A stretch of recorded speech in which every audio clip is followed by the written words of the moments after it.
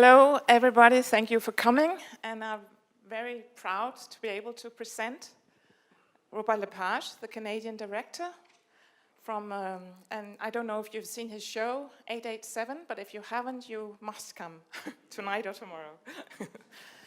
I'll just say I'm Monna Dithmer, and I'm a Danish critic, and I've been stalking Robert Lepage for years. So finally I got the chance to have a conversation with him. So I'm very happy we can have this talk. And at the end I'll just say that we will open for questions. So if you have something you'd like to ask, there will be a possibility to do so. But we'll start from here. Okay. Actually, I would like to start with talking about numbers, because your play is all about memorizing, all about memory. And you are presenting your memory of your childhood in Quebec, and also the whole past history or part of it, of Quebec. So it's a very personal show in a way. But what I'd like to ask you is, we start with digits and the question of a phone number. Why is that where we are starting? Well, I had to choose one of the many possible starting points to talk about memory, because something that always intrigued me about memory is that why is it that it's so difficult for me? Let's say that I'm restaging a play I did 4 years ago. So I think that I will be able to take the text and remember it very quickly and do it. But I can't. There's always something that blocks it, and it's very difficult for me to relearn things and all that. But why is it that I can remember a stupid television opening song? You know, I don't know if here in Scandinavia you had Gilligan's Island, or Bewitched, or these American TV series, or Batman, or something like that. But there's always some kind of introduction song, or some kind of thing in the 1960s, and I remember that by heart. And it's of no use to me. Absolutely no use to me. And why is it that there's place in my brain for that, and there's no place left to remember people's names and important collaborators and important poetry? So that was my question. And I think numbers are the most difficult things to remember normally, because they're not attached necessarily to souvenirs or to a series of numbers. It's always very, very difficult because they don't have any relationships really between them. And seriously, up until very recently, I could not remember my own phone number. I would just, send it, or you push on a name now, you don't push on a number anymore. But I will always remember my first phone number when I was a child. So why is it that we are made to remember things that are absolutely useless? Absolutely useless. And of course, there's all sorts of explanations for that, but they don't satisfy me. So I decided to do a show about that, and to try to see where these souvenirs would drag me, in what adventure they would drag me in. And you also have the title of the show is also a number. So you start with your childhood phone number, and the title of the show is a number. Yeah, absolutely. Yeah, because when you're a child, if you're lost, very often you will remember those numbers. Those numbers are vital, to remember. And then you remember your street name, but you don't necessarily know why the street is named like that. It's just a sound, right? But actually, when you try to go further, you discover that street names are made as memory triggers. Things are named Ibsen Street because you want to remember Ibsen. You want future generations to remember that there was a great dramaturg called Henrik Ibsen and all that. So, but nobody knew in my neighborhood who was Murray. 887 Murray Street. So I had to inquire 50 some years later on who was Murray, who are we supposed to remember when we walk on a street that is named Murray? So there's a lot of holes in our memory and the way our memory is organized. And this is what I find so fascinating about your show, because we're starting from this insignificant detail in a way, like a number, and suddenly it triggers off a whole world. I mean, it's like a mystery.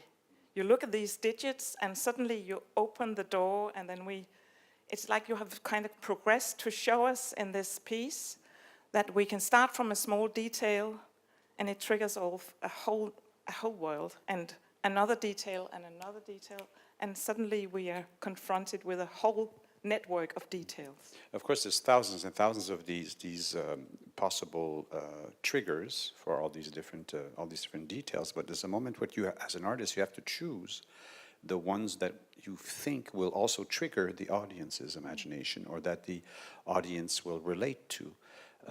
This complete. I mean, this is supposed to be my life story when I was a kid, but it's auto-fiction, in the sense that it's everything is true, everything happened, but not exactly that way. Or it's all been repolished or resculpted for it to be more poetic, or for it to be better theater. So it's true, but it's all a bit not true. So I had, in order to find what was good to put on stage, I had to go through all this memory exercise and open photo albums, and you discover that you don't remember something. You remember the memory of the memory of the memory of something.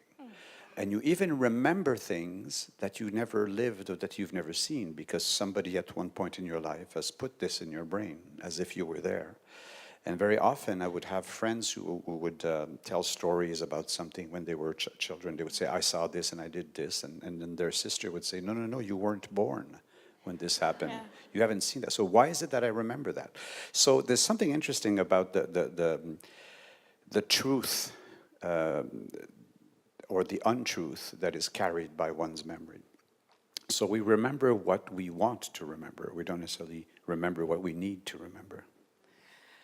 But then do we want to remember like stupid details about the neighbor's barking dog, like you used in your show? Well, that's also the thing, is that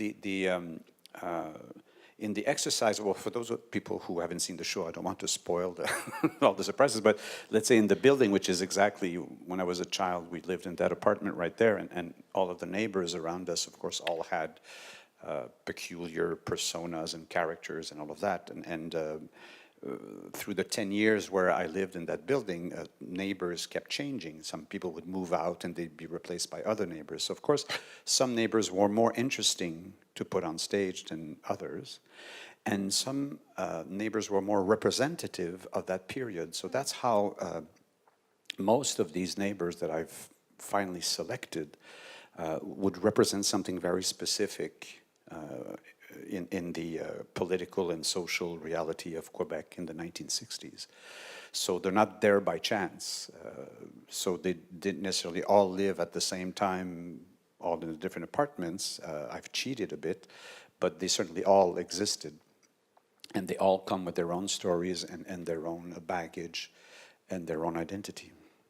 In that way, I feel that you're presenting theater as a kind of cabinet of wonders, like Wunderkammer. Like you can show all these different stories and different people and all the details, and somehow inside the theatrical space it comes together. Yeah, but it's all done by intuition, and just to give you an example, because I didn't know that we would be showing this today to the audience, but I knew that the building and the different neighbors who live in there would be representative of the Quebec of that period, socially and politically and all that.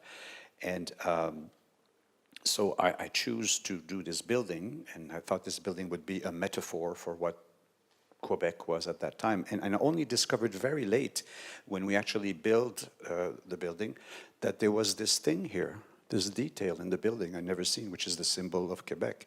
It's the lily. And I never noticed in my life that there was that detail there. So is it is it that triggered the whole thing unconsciously, or is that the where that detail confirms your intuition? I don't know, but it's I think that the creative process is a very, very unconscious one, and all of the structuring and the decision making comes much later, I think. But what I think you're also mirroring is that our own way of sensing the world is also very associative, like the artistic. It's also like you're showing us in this piece how we are sensing the world in a way. It's like we remember small things and big things, and they come together in a way. So it's, for me, it's a very strong piece of the connection between memory and theater.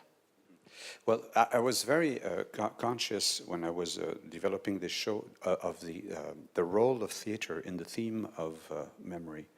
I was, backstage, I started to explain to you this thing that happened to me maybe 10 years ago. I was working in Barcelona, and there was the artistic director of the Teaterlegenden de Catalunya. They had just had their new building built and all that, and they had a new company, and they were doing plays in Catalonian, and they would be doing international repertoire in the Catalonian language. And he approached me to stage some Shakespeare play. He said, now in Catalonia, we do have the actors who are old enough to play King Lear or to play Prospero and all that. And I said, what do you mean now you have older actors? Is it because before you did not have older actors? He says, no. He says, in Catalonia, there's a whole generation of people, supposedly under Franco, because they burnt books, they would burn plays, they would burn anything in Catalonian, poems, and the only people who remembered the Catalonian repertoire were the actors, because being an actor is an act of memory. You try to memorize lines. So they had to get rid of a lot of them. They've killed a lot of Catalonian singers and poets and actors, and a lot of them had to be exiled. So that means there's a whole generation of people that disappeared from the Catalonian theater scene. And now they do have actors who are 70-something or 80 who have the casting to play these roles. So it kind of struck me that the first compliment somebody gives to you when you're young and you do your first play, you always have an aunt or an uncle that comes up to you and says, "My God, you have such a memory," you know, just because you remember your lines. So theater is always intimately connected to the theme of memory, and anytime you write a play, or you perform a play, or you stage a play, it is an act of memory, and it's a collective memory, I'd say, process. I think that's a very beautiful story about the Catalans and how it shows that how people are carrying memory. But I think you are asking all of us, not just what are actors without memory, but what are we as people without memory? Because going back to the question of the smartphone and the number that started everything, I mean, at the beginning of the show, you talk about this, that you don't even remember your own phone number, and everything that, you know, your relations and everything has been stored in these digital reservoirs. So it means we are at the point of humanity right now when we are kind of skipping our ability to memorize, and this is what the show is about also, to my mind. Yeah, but it's because, of course, now we're all counting on new technologies to remember things for us. We don't take the time to, you know, we go into the fjords and we look at this amazing landscape, and our reflex is to immediately try to remember it by taking a picture or filming it, and that will remember it for us. I've always been against that. I've never really taken any pictures to remember where I was, or sometimes I would take a picture of an odd thing that I would want to remember, but I would always let things kind of sink in. The thing is that when you don't have these gadgets to remember or to record or to, it's human memory that remembers them, and the human memory lies. And that's a fantastic process. Yeah. I think lying, when it's unconscious, is it's a great gift, and I think that it's always better that people remember the past through the kind of more or less imprecise memories of the human beings. And I think that that gives way to extraordinary poetry and construction and invention. And so that's why I thought the autofiction style of writing of this was appropriate, because I'm just relating a bunch of things that 2/3 of them haven't been recorded or taken in photos, or it's just it's more impressionistic, and the facts are all true, but they don't always work out that way. And But they can so be the more lying true. is what gives away to art, Yeah. and I think that that's what Picasso once said. Art is a lie that better expresses the truth. Yeah, precisely. So Yeah. But I think it's a very interesting question of what happens to our identity when we are delegating all of our knowledge and all of our memory to digital things. I mean, and you are one of your characters in the show is your grandmother, and you're talking about how she's getting Alzheimer's, and I really feel that the show is also asking us: are we all getting digital Alzheimer? Because we're no longer able to remember. We rely too much on our gadgets. yeah, it's also because we're being asked to remember things a bit too late in our lives. And what I mean by that is that if you go to the Paleolithic man, in the Paleolithic age or something, you would learn what you need to learn, and you would remember what you need to remember in the first 5 or 6 years of your life. You would learn to survive. Your father or your mother would teach you what you need to do for a living and to survive. And so your memory is at its fullest. And then after that, whatever you remember are just petty things, right? We are not asked to remember anything at 5 or 6. We start to learn really what we're going to do for a living and to survive when we're at college or university. And that's much later in our lives, but our brains are not programmed.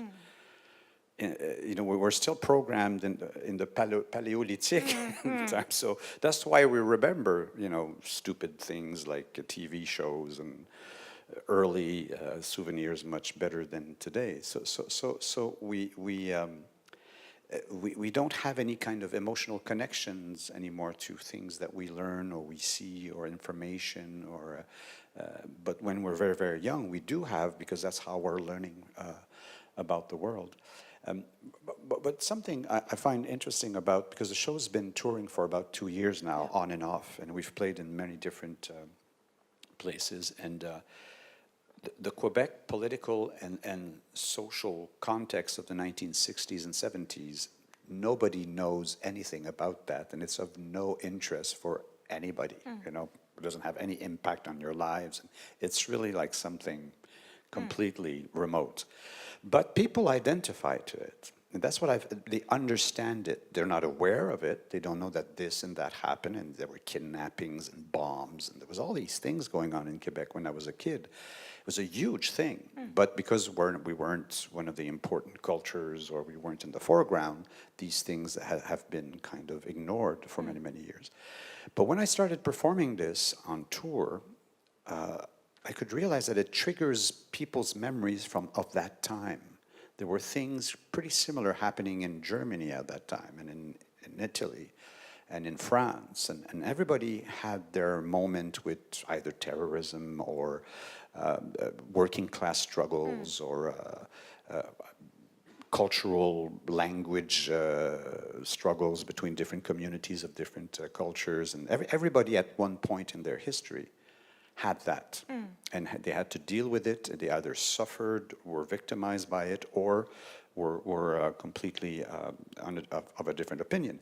But everybody identifies with that. So the fact that it happens in Quebec in the 1960s is completely irrelevant. It's just that everybody had a family, I think. Everybody identifies to a family situation, a neighborhood, and how within a same family, you could feel the echoes of the different things that are going on politically outside in the society and the world. So that's why for me it's interesting. People in Quebec think that I'm going out there as a kind of a messenger to educate people about the Quebec political situation. People don't care, and it's of no importance. What's important is the dynamics of that period and the dynamics of a society and a culture, and then people see within that their own thing. And Brecht, because of course we have to talk about Bertolt Brecht if we're serious theater makers. And when Brecht was talking about the effect of strangeness or something like that, it's an interesting paradox. People identify to things that they find strange. They identify to things, they recognize themselves in things that are completely foreign. They have a better analysis of their own social, cultural, or personal situation when they see it enacted in some other country or some other culture. And that explains why it's always the Iranian film that gets the Palme d'Or. Because is there a culture more remote than ours with different social values, different moral values that doesn't function the same way our social democratic societies live and all that? But these films completely touch us, and we identify to the characters and all that, but the reality that's depicted there is radically different than our societies. And because of the exotism, I'm looking for the English word, exotism, is that a word? Exoticism. Exoticism, and the strangeness of it, and the fact that it's so weird and interesting, and at the same time, the human experience in it is so similar to ours. Yeah. So that's why I think it's important to the more, if you want to be universal, be as local as you can. Yeah. And the more local, the more a Norwegian theater writer or theater maker will speak about his own little reality in his kitchen, in his neighborhood, in his parish, in his community, the more it will resound universally. But the more you try to internationalize what it is that you do, the less people identify and the less people feel that it's relevant. And that's what we're seeing in movies a lot nowadays. You want to get the special grant, you have to do your film in kind of unified English. You're careful not to use words or names that people around the world would not recognize, and that's not the good way to do it, I think. No, but I don't think we're going for the exotic thing. I think we're going for the human truth, as you're talking about. Yeah, for sure. But the exotic thing is what appeal. That's what makes it interesting. Oh, wait a minute. What are they doing? Why is she dressed that way? Oh, what is it? What is it? What are they eating? Why are they doing that? What a weird ritual. And that keeps you curious, and you want to drink it. You want to eat it, and then through that, you connect with the human experience that is the same. So this brings me to ask you about theater today. I mean, is the art of theater today, how do you see it? Is it fascinating enough for people? Does it contain this moment of we are really being surprised, or? Well, I truly believe that the survival of theater in the 21st century depends on the fact that if it's an event or if it's not an event. And what I mean by that is that people love storytelling. They love to have stories told to them. But now there's this huge offer. You could be home in your beautiful HD screen and watch Netflix, and for very little money see great masterpieces in high definition, and you don't have to pay for a babysitter. You don't have to park the car, and you don't have to make reservations in a restaurant. You don't have to even change and go out of your house. So you have so many offers: television, film, Netflix, whatever, social media. The offer is huge. So why would somebody go to the theater? Why do I put myself through this trouble of going, calling a babysitter and doing all these things, and the prices are expensive because, you have to pay for the actors and sometimes the musicians and the whatever. So you have to need it. If you don't need it, it'll die. So that's why theater always has to be an eventful thing. It has to be an event. It takes an event for people to go out and say, I need to see this. And I can't define exactly what an event is, but what you do as a theater artist has to be worth it and eventful. And people are not conscious of this, but I think they feel it, that there's something going on in a theater audience that is about communion and not about communication. So if there's a group of people in a theater room, they could change the evening. If there's a lot of people, not a lot of people, if people laugh, if they don't laugh, if they understand, if they're against it, if they react to it, whatever. They change the energy and they change what's going on stage, actually. But if the same people go to a film, they don't have absolutely any impact on what they see. There's absolutely no dialogue, because whether the room is full or it's empty, the thing goes on without you, and it goes on unchanged. So I think that theater artists have to, for the survival of theater, have to accept that reality, that there's no fourth wall, and that the audience comes and change you. They change what you do. That every night is going to be slightly different or very different. And that people are participating to something. That is a dialogue, that is a two-way street, and is a communion. People know that as a group, their laughter or their cheers or their applaud or their lack of applaud or lack of interest has an impact. As a group, they do not have that power in a recorded performance. There are individuals sitting there watching something and making it something very personal, but they don't have an impact as a group. So I think that, and I'm not putting any of this blame on the audience or the people. I'm saying we as theater craftspeople, we have to understand what it is that we're doing and how we can make it not just more appealing, but more eventful. Yeah. What I really think is also very clear from this show is that in theater, the human becomes very vulnerable in a way, because you are only there with your body and your language and everything, and it's a very vulnerable situation. And as an audience, you can feel that it can be terribly awkward. I mean, there's nothing as awkward as a bad performance, or when you sit there and you... No, yeah, there's nothing worse than bad theater. That's for sure, because you're hostages. Yeah, but that's the beauty. I always feel as a hostage. I go to the theater and I go, I hope it's good, because and then it's not good, and I go, oh my God, I'm stuck here. But when it's good, you can lift the whole, and we feel that it is a communion. Yeah, sure. But I think, in a way, what you show us is you have this man standing here, and you open these doors to your memory, and you are like a magician. Like suddenly everything comes alive, and you're just you and a whole technical crew around you.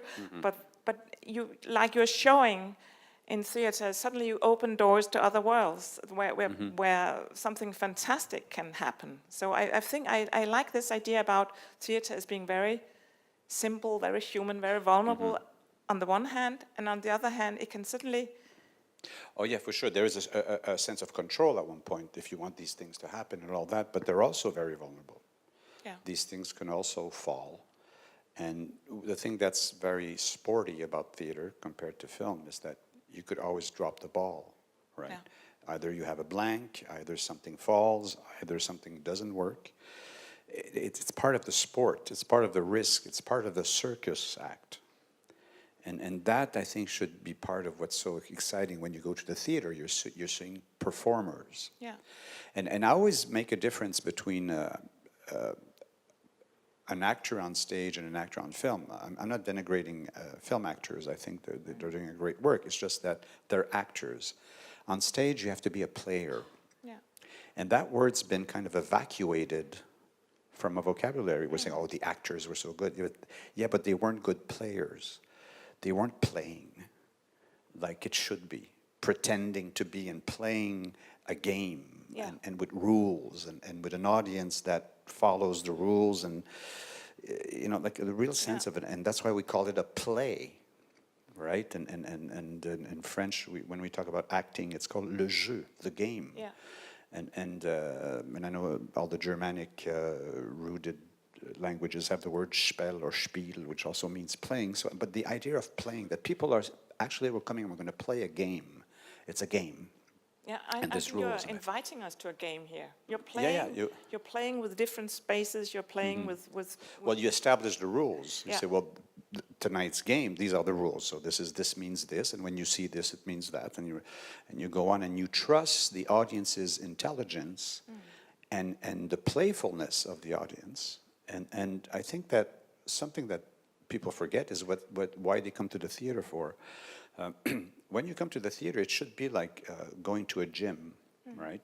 You spend the whole day in an office from 9 to 5, and you're working on your computer, and you're not moving, so your body wants to go to the gym, wants to exploit its full energy or potential. So it's a thing about people's brains and souls. They have jobs that only ask them this much. So entertainment should be about liberating that and making them creative and feel intelligent and feeling playful and feeling. So that's what it should be. So people should be. They like the most beautiful spectacle is always the spectacle of intelligence. The best comedians, the people we find funny, the stand-up comics, we love their wits, their intelligence, and we feel intelligent when we get it. And it's about connecting dots and saying, wait a minute, you're going too fast, wait a minute, you said that, and then the people laugh and they react to the connections that they make. So I think that thing in the theater has been evacuated.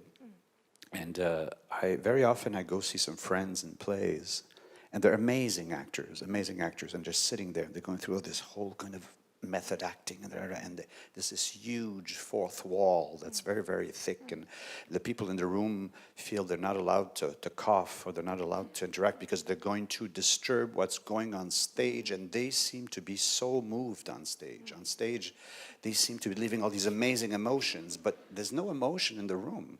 We're all there looking at this thing, and we're looking at people having sex, and you're not having anything, So I'm more a partisan of, who cares if there's emotion or not on stage, as long as there's emotion there. That's what people pay for.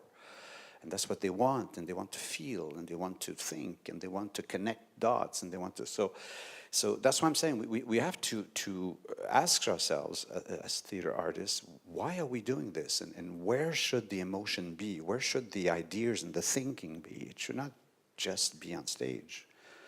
It should be in the room. Hopefully, and I end up always feeling like a spectator. I go see these amazing actors, and they're there, and they're giving everything, and they're crying, and they're going through this, and I go, my God, it looks really tough. It's tough. My God, it's so hard. It must be so difficult. So, and I'm there, and I'm commenting on something that I don't receive. And I go out of there, and I go, oh, they were really great actors, but what does that? Where's my experience? I could have seen this on film. I could have seen this. Anyways, a lot of people disagree with this interpretation of things, but I think that's where theater is at its most exciting and effervescent and creative. I had a very exciting moment sitting here watching the show yesterday, and speaking of theater as a gym, because you were kind of juggling with different scales. Suddenly, small puppets become very big, and yourself, and suddenly at a moment you're standing with a huge TV set behind you, and it's like I couldn't really. Suddenly you had juggled so much with the scales and proportions that I lost track of what is big and what is. So that was a very good way of feeling I've been all the way through this magic box. Well, the thing about the work with scales actually came to me. I was in Japan. I was in Osaka, and there's a museum of anthropology in Osaka that is 8 stories high. And there's something wonderful that they do. You take the elevator to the 8th floor, and they have model sets of what Osaka looked like 2,000 years ago. And there's this kind of huge model set. And the scale is so small. And you go, okay, there was 2,000 years ago only a few tribes here and a little trace there, and that maybe there was a little thing that they found a trace of, and then you go to the 7th floor, and suddenly the scale comes bigger, and it's 1,000 years ago, and then there's more, traces and artifacts, and people are surer about what things looked like at the time. And then after that, you go to the 6th floor, and then the scale changes. And the scale changes up until it gets to human scale on the 1st floor, which is today's Osaka. And I thought this is such a great way of using memory in a certain so there's something that's very far that you're not too sure about. It's a tiny, tiny thing, and something you're really sure about. It's life size or something. So that's where I got the idea of maybe playing with scale and how that would. Some memories I'm not too sure about, or smaller scale, and things that I'm really sure about, the bigger scale. And your father, he really grew to full human scale as. Yeah, that was an odd thing. That the presence of my father in the show is a very odd thing, because I never thought that my father would be part of the show, and it was never intended for it to be an homage to my father or anything like that. He just eventually became like this important protagonist who was the ideal character to undergo all of the different paradoxes and challenges of that period. But he was never present at the beginning of the show. For me, it was a complete discovery. And I discovered very late in my life how important he had been in my life. For some reason, I had completely forgotten that, and I was much more of a mommy's boy, because my mother was a storyteller, and she was funny, and she was, so I thought I inherited everything from her, and he was a very silent man, very remote. So, and I discovered very late in my life, developing this show, that I'm actually much closer to my father on so many things, and that I just needed to really try to remember the times and try to remember the anecdotes and to see how he was monumental, and how finally I had inherited much more from him than from my mother. So it's a very beautiful story, because in a way you're showing us also how theater can make us remember who we are as human beings. I mean, that's and precisely you took this story from Osaka and the human scale and the non-human scale, and I'm thinking that one of the strong things about theater is that we are human scale in theater, and we are tied to the physical space, and this is also how we remember, because we remember spatially. We remember very much. So, and this is what you are demonstrating, as I see it. Also, well, I've never analyzed it that way, but but one thing I find interesting, because you're talking about the scale in our place, and I'm always very preoccupied by space and by certainly the theater space and all that, and what I find interesting is that in Europe, the how do you call it? The proscenium arch of your theaters in general are very high, right? Because you've inherited that from, I guess, the 19th century or 18th century tradition of opera or whatever. So they have these very high proscenium. And in America, the prosceniums are very horizontal. So it's more connected to, a lot of theaters are built in old cinema houses in America. But here, you have these big things. So that means that for a long time, the theater was a vertical thing. So it's about, I'm here on stage, this is a man, those are my aspirations, so it's a place of the gods, and the deus ex machinas usually would come from there and all that. And all of the devils and the trappings are under here, right? So theater has been built in a very vertical way. So it's man in the center, his aspirations. Faust goes that way at the end of the play, and Margarita goes that way. It's very, and you have that in opera, it's still present, and in circus, it's certainly like that. But in America, we're used to telling stories this way.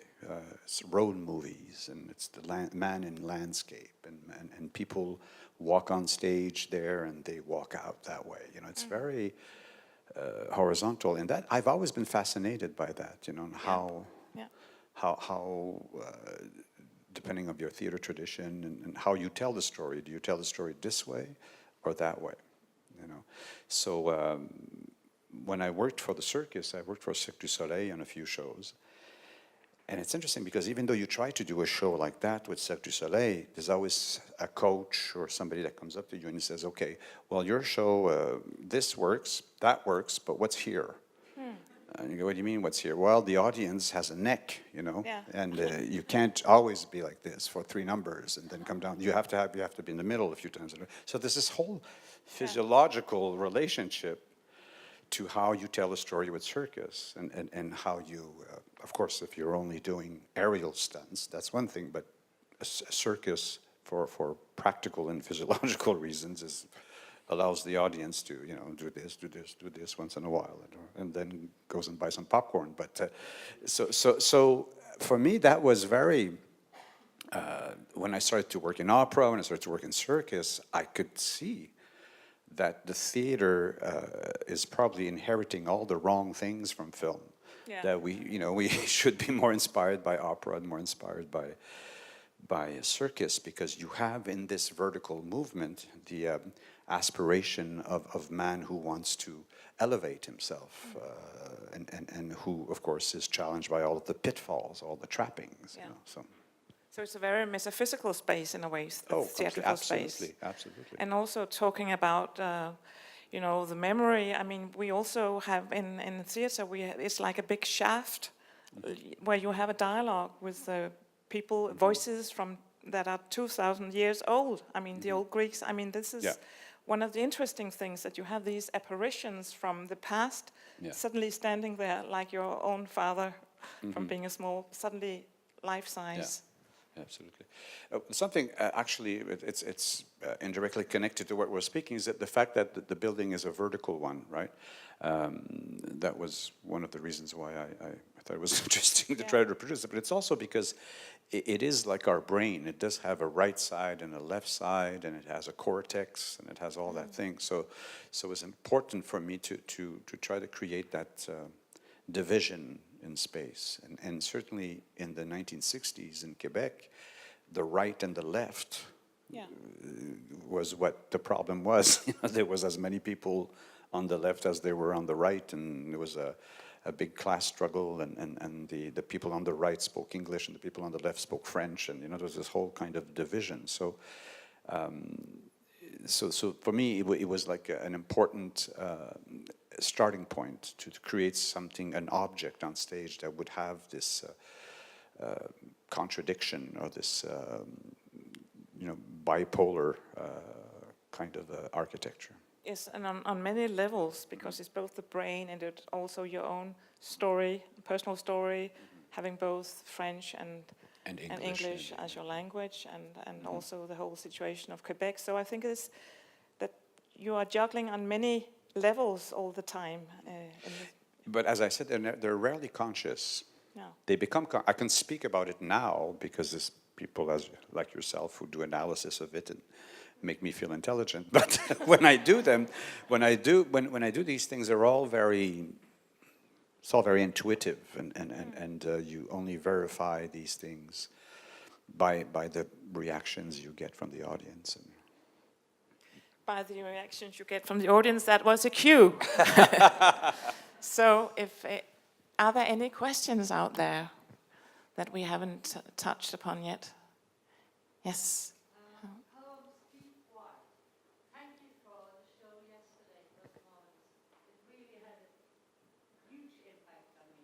Thank you. Did you really know the words from the youth of Michel Lalande, the poem Speak White?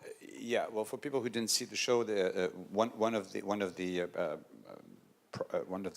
dramaturgical lines of the show is that I'm trying to learn this poem, this very famous poem, famous in Quebec, called Speak White by Michel Lalande, and of course. That wasn't, I did go through that problem, but not with that poem. It was with another poem that was even more complicated in another event. But I used Speak White because Speak White was more emblematic and contained all of the ideas of the show. It became a bit of a kind of a spinal cord to organize all the ideas of the show and the themes of the show. But I did go through this same problem at another event where everybody was reciting and reading all these important things, this Quebec literature and all that, and it was in front of like thousands of people, and it was a big thing. And I agreed to do it for vanity reasons. I wasn't interested in saying that poem. I wanted just to be part of the gang who was there, and the stars and the people in the room, and I had I had the worst poem to learn. It was the most difficult and all that, and I had to be creative, and it was hell. And I could see that my problem of memorizing it was both the pressure I had to participate to this very posh, cool event, a cool national event, and the fact that a lot of the things that were in the poem that I was trying to remember had blockages, and I couldn't understand why this blocked and this image would come to my mind, but not that one, and all that. And I could see that I had this whole, if I had time, I would have had to go through this analysis with some therapist or something and say, well, why is it that I remember this sentence but not this one, and all that. So I could see that there was this whole thing that was full of blockages, and at the last minute, it eventually all came together, and it worked.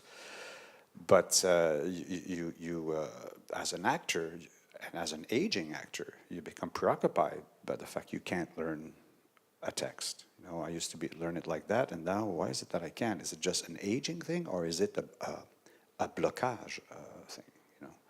So I thought it was an interesting thread for the show. But it's quite a paradox, because you're standing here and you're talking for 2 hours, memorizing everything, and talking about your blockage. Oh yeah. I mean, I do have blanks during the show. You do? I do have. How do you manage? It's tricky. It's the reason why I have blockages that are interesting. Why I have blanks during the show is because this show was created in French only. But then, of course, we have to support the company, so we had to do an English version. Otherwise, it's difficult to tour outside of Quebec and France and parts of Switzerland and Belgium. This is very limited, so you want to. And the way I write is that nothing is written on a paper. Everything is improvised in French, and I improvise except that poem, but everything is improvised. And then we have to do it in English. And so now I have to ask somebody who's a real writer to come in and say, well, how do I say this in English properly? Of course, I can improv in English too, but I could not improv and write as well. So, and by questioning everything I've written in French for the translation, it rewrites it. It's not just a translation, it's a rewriting of it. And it helps me focus on what is it really about, and it makes me let go of all of the superficial things and all that. And then I retranslate it to French, because it's not the same show anymore. And it's all this back and forth of translating that makes it tighter writing and better writing. And I'm going to say a horrible thing, because there are probably some Swedish people here, but one day, Anita Björk, who's an amazing lady, I don't know if you remember the year that Ingmar Bergman turned 80. So all of Swedish television for a complete summer was celebrating the 80th anniversary of Bergman. So on Swedish television 2, every night there would be a Bergman film, a Bergman documentary, a Bergman interview, or there would be one of his many plays that was shot for television. And my favorite Bergman film is Persona, and I saw it many times. And then every night I'd rush and I'd go, I want to see one, and because I was working at Dramaten. And I turned the TV on and it's Persona, and I'm going, what's missing? What's going on? Why is it not the same thing? And then I realized it was because there's no surtitles. It's in Swedish in Sweden, and I go, my God. And I could see that there's something in the Bergman aesthetic that is missing for a foreigner. I mean, except you guys, the rest of the world, Bergman means a surtitle, and it's part of the thing. So the day after, I speak to Anita Björk, and I say, it was weird last night. I saw Persona, and there was no surtitles. And she says, yeah, and that saved his ass. And I say, what do you mean? And she said, apparently, when the Seventh Seal was presented in Cannes when he got the Palme d'Or. He wasn't present. He wasn't there. And very few people in Sweden believed in the success of that movie because Bergman was considered like, one of the directors, and he wasn't necessarily a good writer. But the surtitling was so well done that it probably corrected a lot of stuff that probably in the Swedish language was more sloppy or something like that. And that saved his ass. That's what she said. And I thought, this is great because that explains my success. Because I've been writing all this lousy stuff in Quebecois French. I've been panned many times in Quebec for my bad writing or something like that. But then it's translated by this amazing German translator who does these surtitles for the Theater der Welt Festival in Munich. And everybody goes, my God, it's so well written. And you go, well, thank God for surtitles. So with time, you kind of accept that reality, that translation is a way of questioning your own writing, and that there's better ways in other languages to say things that you don't seem to find a way in your own language. So I've always translate and retranslate. And the reason why this is such a long answer coming to these blanks that I have is because I'm alternating all the time. I'm doing it I'm doing the English version here in Bergen, but last week I was in Mulhouse in France doing it in French. But it's not the same French than I do it with Montreal, because in Montreal it's Quebecois French. So every time I'm in a different city, I have to change the floppy disk, and sometimes the verbs are not in the right place, and the imagery doesn't correspond, and the rhythm and my body doesn't move the same way in one language. So it's a complete memory exercise in every sense of the word. So even though I've performed it a lot now, it always feels like it's a fresh, new show when I go in a different city, because it's not the same rhythm, it's not the same words. I have to reconnect things in a different way. It's really, really odd. So you have a lot of obstacles. That's very interesting, because in the way you had to reinvent yourself every night of the show. Like last night, there's a lot of things I had to improvise because I used a French word. I had a reflex, and I put the imagery in the first part of the dialogue when it doesn't go there usually. Right? So I had to rephrase it. So, and I have blanks sometimes and all that. But of course, it's a show about memories and blanks and all that. So if you do have a blank, people think it's part of the show. So I get away with murder. And you put all the technicians at work there running backwards and forwards. Yeah, exactly. Another question? Thank you for this stimulating talk. I was interested when you spoke from the perspective of a theatre person about the dynamic between the audience and the actors, or the players, as you call them, and how important it is for the players to be aware that there is this dynamic, and therefore to create an event to keep the dynamic going. And I sat here thinking about how many young children today are only exposed to movies and Disney, and how theatre, how does it compare to, how can a theatre show compare to what a movie can provide? And I suddenly realized the importance of education, so that young people today realize how they affect what's happening on stage. And something about this dynamic, how important it is and how enriching it is to life, to be in this two-way participation in an event that you never get from a movie, as you mentioned. So I really, really appreciated what you said and support that. Well, thank you. But one thing that you're mentioning that I think is interesting about new generations and how they're more exposed to recorded stories or whatever. There's something very sad that came with the world of video clips in the 1980s, at least my generation, is that in 1980s, it was MTV and all of that, and it was all very exciting and crazy and new and all that. But the problem that came with that, and it kind of reflects what you're saying and what the new generations are going through, used to be that you'd listen to a pop song and you'd create your own images. And you'd go, oh, this song, I see this when I hear this, or this is the mood it puts me on. And suddenly video clips now accompany a hit or whatever, and this is what you should see. And so it creates, I think, a kind of, it ties your risks together, I think. All these new generations now look at things, and it comes with a costume, it comes with an attitude, it comes with a dance, it comes with an image, it comes with a merchandising or whatever, but it comes with this whole thing now, music. And I don't know, I don't have children, but if I had children, I would try to make them listen to music and try to separate these things and at least give them the freedom of imagining what they want to see. And cinema has become so versatile, and there's so many, you can do what you want now in film and all that now it dictates to you very much what you should look at.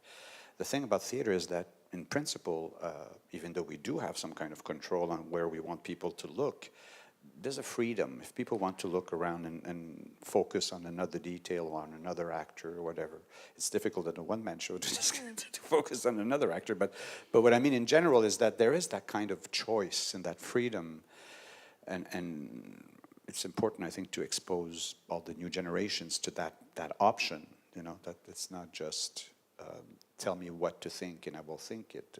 It's helped me trigger my own thoughts, I think, is the thing. Giving the audience the possibility of feeling intelligent, like you said.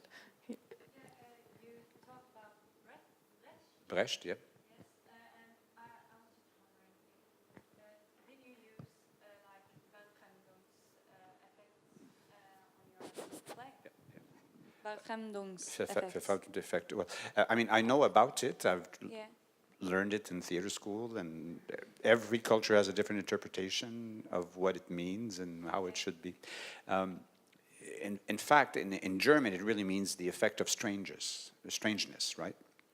In French, because I was brought up in French and educated in theater in French, and it called it distanciation, which is really, so I always made it appear as if it has to be cold and there has to be a distance between it. So, but I think that the idea of strangeness is the most accurate way of the more strange, the more interesting it is. And it's a way of showing things in an angle you never would have taken the time to look at, and suddenly it opens all sorts of possibilities. So, of course, I refer to that because Brecht was a very important influence and part of my life a long time ago, and everybody's moved on to something else since. But I think that there was a lot of experimentation done with that, and it shed a lot of light on what theater should be, like compared to realism, compared to naturalism. Yes. But you also emphasize, I mean, the illusion. I mean, you like a magician, you are creating also small illusions, and then you're breaking them again. But I mean, I think you also let us, as children, we are given the chance to wonder. And yes, but the thing is that I show how the tricks are made. Also, I think that's the thing about this. Fremdent effect, I don't know how to pronounce it correctly, but I always make sure that whatever it is that I create, that people eventually see what the recipe is and how it works, and it makes it even more poetic and even more affordable. And we can see actually people fly in a way, and then you show us how you do the trick. Question up there, yes?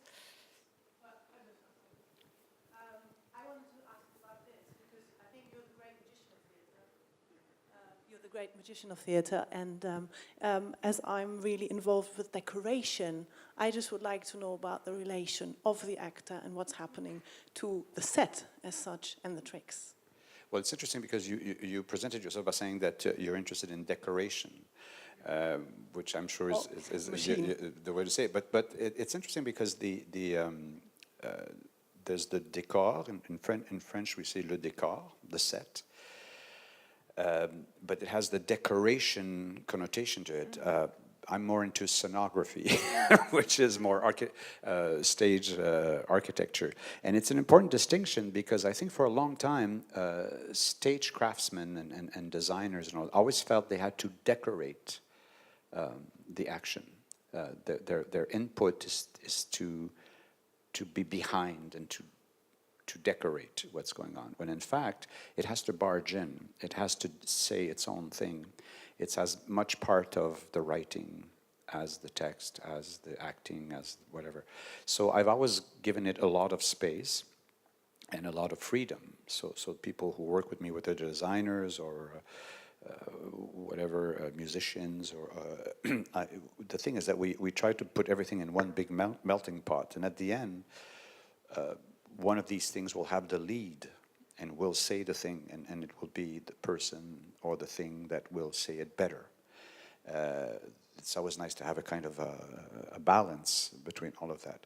But I was always very shy to promote scenography theater and formal theater and all that, because where I come from, it was always seen as something formalistic and not enough about text and about content and all that. It's been often dissociated.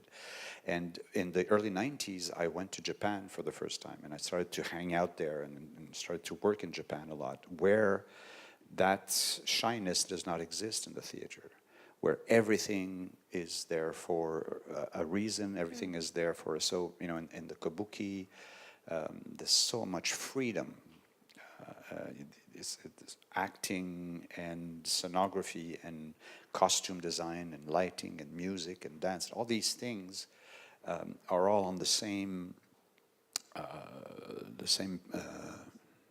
level in a certain way. They all have the same value. They all play a role. It's all a question of balance and all that. And I was very surprised the first time that I worked in a Japanese theater. And somebody came up to me and said, so you're a theater person from Quebec? And I said, they say, are you heads or tails? And I said, what do you mean, heads or tails? You mean, are you in front or are you in the back?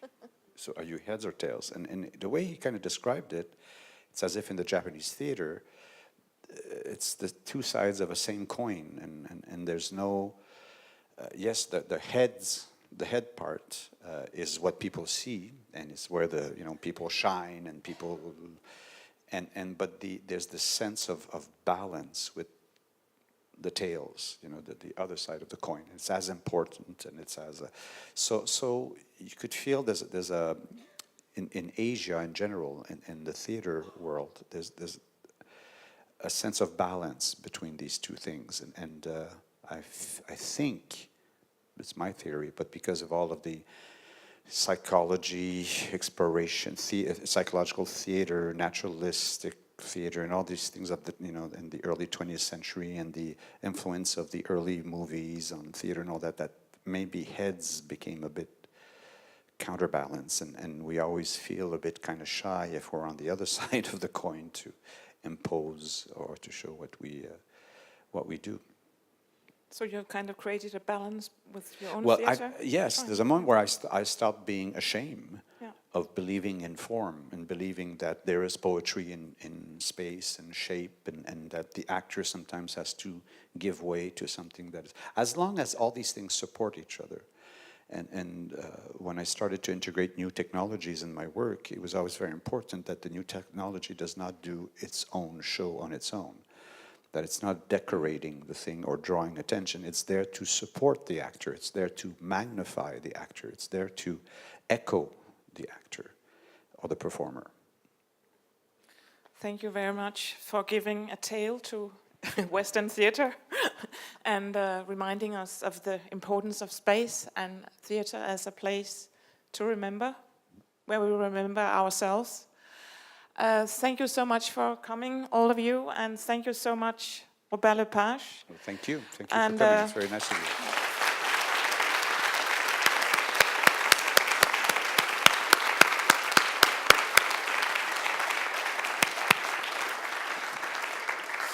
It's like we've just seen the beginning of it, and we could continue for for a long time.